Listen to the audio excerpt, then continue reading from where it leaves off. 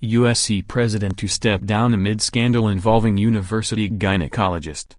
Los Angeles, the president of the University of Southern California has agreed to step down amid a raging sex scandal involving a university gynecologist who is accused of conducting inappropriate exams for decades, the chairman of the school's board of trustees said Friday.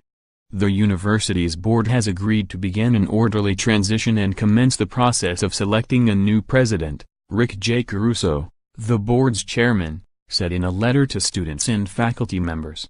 The letter did not say when CL Max Nikias would leave his post. "We have heard the message that something is broken and that urgent and profound actions are needed," Caruso said. The announcement came days after hundreds of students, professors and alumni demanded Nikias' ouster, alleging that USC failed to respond to complaints of misconduct involving Dr. George Tyndall, a gynecologist who worked at a university clinic for 30 years. Tyndall routinely made crude comments, took inappropriate photographs and forced plaintiffs to strip naked and groped them under the guise of medical treatment for his sexual gratification, according to civil lawsuits filed this week. At least a dozen lawsuits have been filed so far and police are interviewing alleged victims to see if any crime was committed.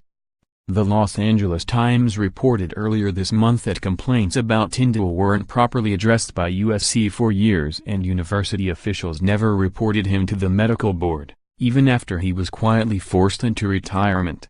Tyndall, 71, denied wrongdoing in interviews with the Times and hasn't responded to phone calls and emails requesting comment from the Associated Press.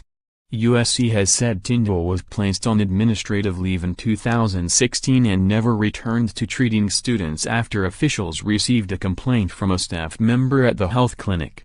The staff member alleged that Tyndall made inappropriate comments to a patient in front of medical assistants.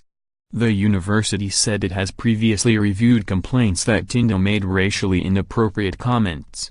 Nikias, 65, who became the university's president in 2010, had recently come under fire amid a string of scandals, including a report from the Los Angeles Times in July about how a USC medical school dean used drugs and partied with prostitutes. A spokesman for USC said the university had no further comment.